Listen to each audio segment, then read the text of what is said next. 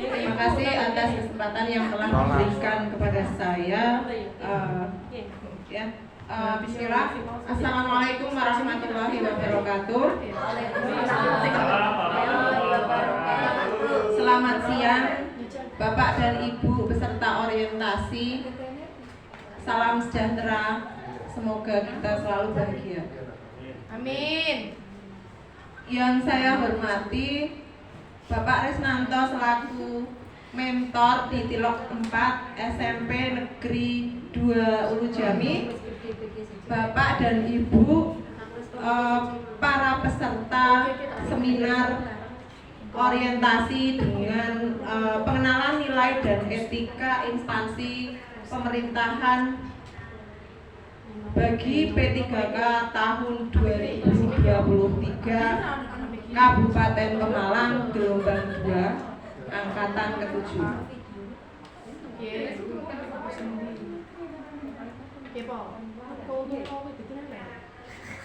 Alhamdulillahirrahmanirrahim.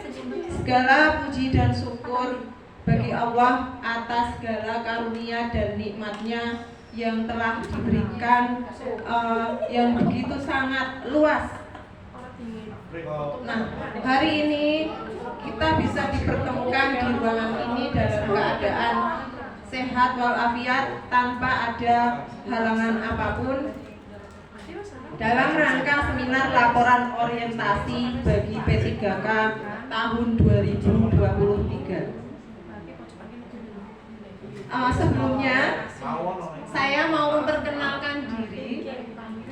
Nama Eri Nahdiati, Sarjana Pendidikan Islam. NIP 19/8/2022/21/2011. Tempat tugas saya di SD Negeri 02 Pangute yang beralamat dan alamat saya di Desa Bangsang, Kecamatan Ampel Gading, Kabupaten Pemalang.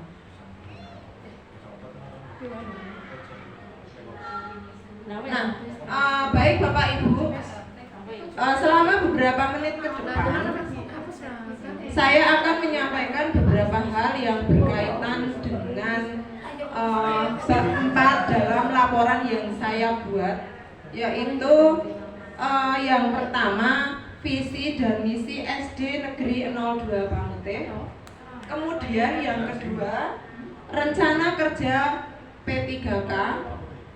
Yang ketiga kesimpulan dan manfaat. Untuk berikutnya visi. Visinya nah, untuk visi dari SD saya, SD Negeri 02 Pangute, yaitu terwujudnya siswa yang bertakwa, berbudi luhur, mandiri, dan berprestasi sesuai dengan budaya bangsa yang dijiwai nilai-nilai budaya dan karakter bangsa. Nah, untuk visi dari SD 02 Pangute yang pertama, dapat meningkatkan ketakwaan kepada Tuhan Yang Maha Esa, beriman dan beramal soleh. Yang kedua, dapat membentuk sikap dan watak yang berbudi pekerti, santun dalam perkataan maupun perbuatan.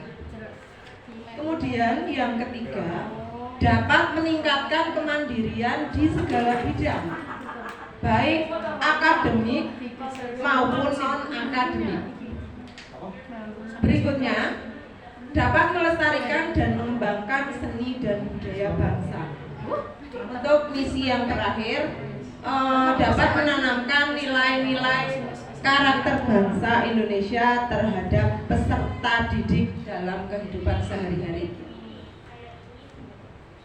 Nah, untuk beberapa permasalahan yang saya temukan di sekolah kami hanya mengambil beberapa isu atau masalah yang dapat kami identifikasi. Yang pertama, kurangnya siswa dalam menganalisis, mengevaluasi dan menciptakan kemampuan siswa dalam menalar, memecahkan masalah, berarti argumentasi dan berkomunikasi siswa masih harus banyak dilatih. Yang kedua, kurangnya model pembelajaran dengan pendekatan tematik integratif yang merupakan suatu kegiatan untuk memadukan pengetahuan, keterampilan, sikap pembelajaran, dan berpikir kreatif.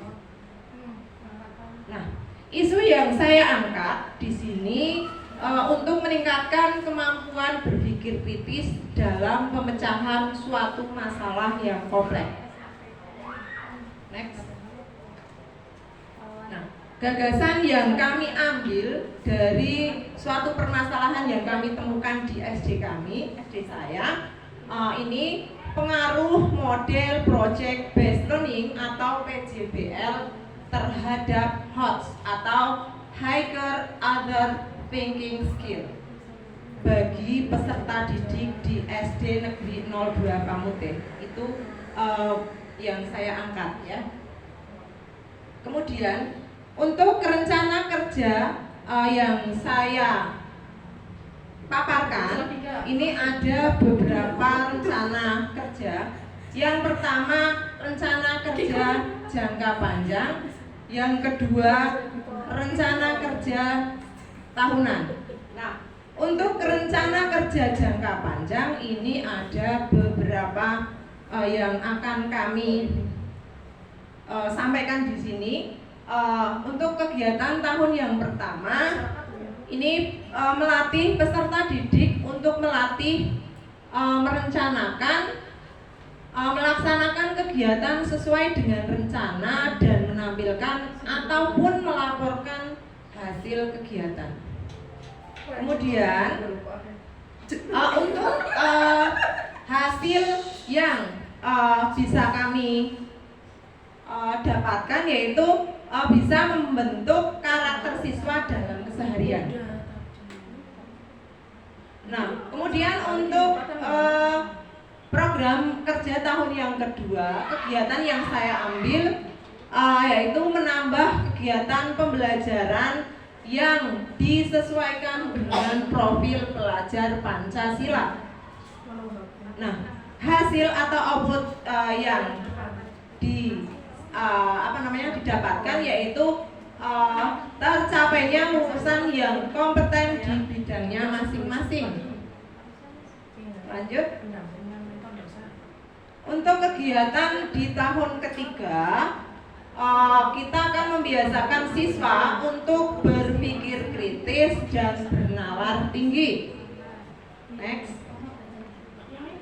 Nah, output atau hasil yang akan kami peroleh harapannya yaitu terciptanya komunikasi, kolaborasi, dan kreativitas. Berikut kegiatan tahun keempat. Nah, langkah kegiatan yang kami ambil di sini adalah pembelajaran berbasis proyek sebagai media dalam proses pembelajaran. Next.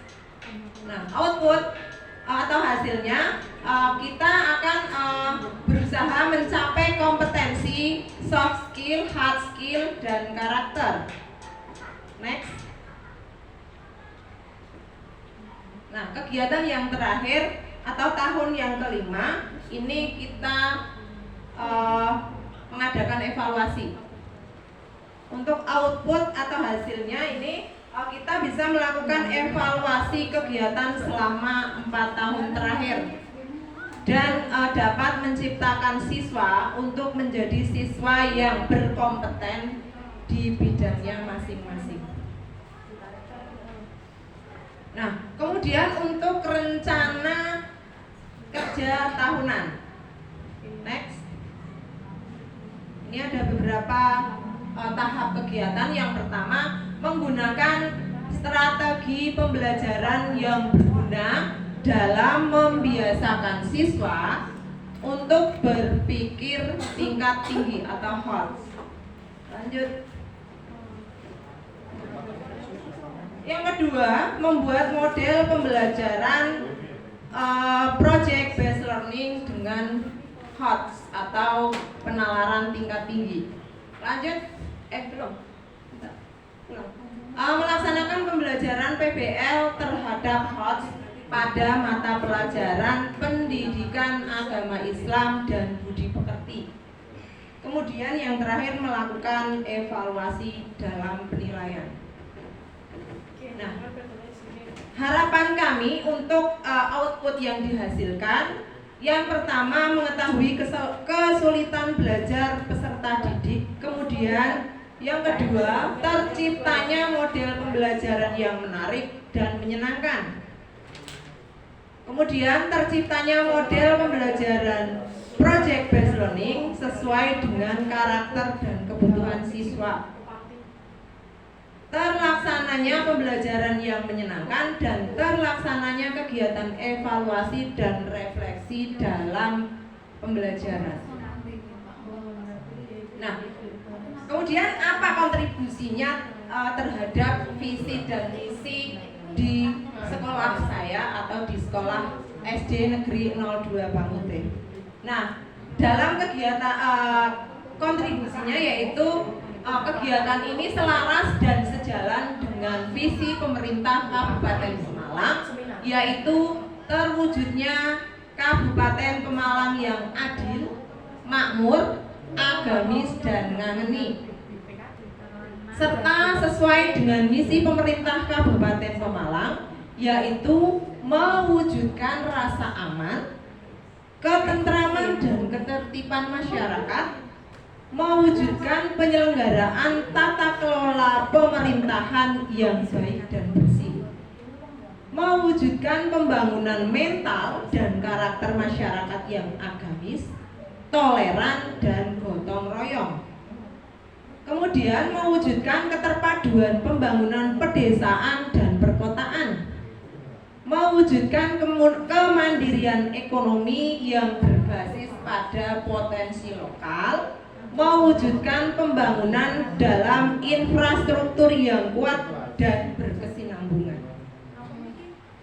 Nah, untuk yang terakhir, kesimpulan yang kami dapat di sini dalam laporan yang saya buat, yaitu hal yang dapat ditemukan dalam pelaksanaan pembelajaran dengan menggunakan model pembelajaran project based learning dalam mapel pendidikan agama Islam dan budi pekerti, yaitu siswa dalam proses pembelajaran sangat antusias bersama teman sebayanya dan aktif dalam mencari sebuah solusi dari masalah, serta dapat menyampaikan suatu gagasan baru disertai keingintahuan dengan bimbingan guru, sehingga HOTS atau penalaran tingkat tinggi siswa dapat terasah melalui pembuatan produk dari kegiatan suatu proyek.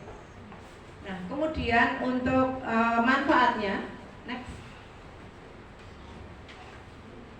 Nah, manfaat yang bisa diperoleh yaitu dapat memberikan dorongan terbentuknya pembelajaran kreatif dan inovatif, karena dalam pembelajaran guru mampu memberikan kesempatan bagi siswa dalam mempersiapkan, melaksanakan, dan menampilkan hasil karya yang berawal dari pembuatan, manfaat, penyelesaian, serta dapat mengomentari dan mengapresiasi hasil akhir dari suatu proyek, yang mana hal tersebut dapat membentuk HOT siswa.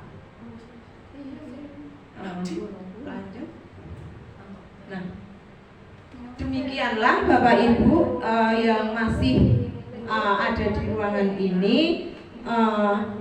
Demikian seminar yang dapat kami sampaikan. Sekiranya Bapak dan Ibu, khususnya Bapak Risnanto selaku mentor, untuk menanggapi presentasi yang saya sampaikan ini, mungkin ada yang mau menanggapi atau memberikan saran apa yang telah saya paparkan. Cukup? Cukup. Cukup? Oh ya, monggo Bapak. Terima kasih waktunya, Bu. Ya. Nah, apa saja yang perlu dipersiapkan guru agar proses belajar mengajar berjalan lancar? Oke, baik, terima kasih atas pertanyaan yang dilontarkan mengenai hal apa yang perlu dipersiapkan guru agar proses mengajar berjalan dengan lancar. Di sini akan saya coba menjawab. Yang pertama yaitu kita harus menyiapkan perangkat pembelajaran dulu. Yang pertama itu. Kemudian untuk yang kedua dapat membuat metode belajar yang bervariatif, ya, jadi tidak monoton, jadi bisa bergantian, ya, seperti itu. Kemudian yang ketiga, guru jarang membawa siswa ke dunia nyata, jadi guru cara mengajarnya hanya letterlock saja, jadi tidak bervariatif, seperti itu, tidak diajak ke keluar dengan menikmati, ya hanya monoton terus seperti itu. Kemudian yang keempat, kurang memperhatikan kemampuan awal siswa. Jadi kita harus menyelami dulu kemampuan awal siswa. Kemampuan siswa itu kan berbeda-beda, jadi tahu mana yang awalnya sudah bagus dan yang perlu di support seperti itu, ya. Kemudian yang terakhir, kurang pendekatan siswa. Jadi kita sebagai guru juga harus tahu karakter masing-masing siswa, harus dekati. Jadi bukan kita mengajar selesai sudah, seperti itu. Begitu nggih, Pak? Nggih, terima kasih. Ada lagi mungkin? Cukup, nggih. Nah, terima kasih. Demikianlah presentasi yang baru saya sampaikan. Mudah-mudahan bermanfaat. Ya, sekian saja. Terima kasih. Assalamualaikum warahmatullahi wabarakatuh. Waalaikumsalam warahmatullahi wabarakatuh. Oke.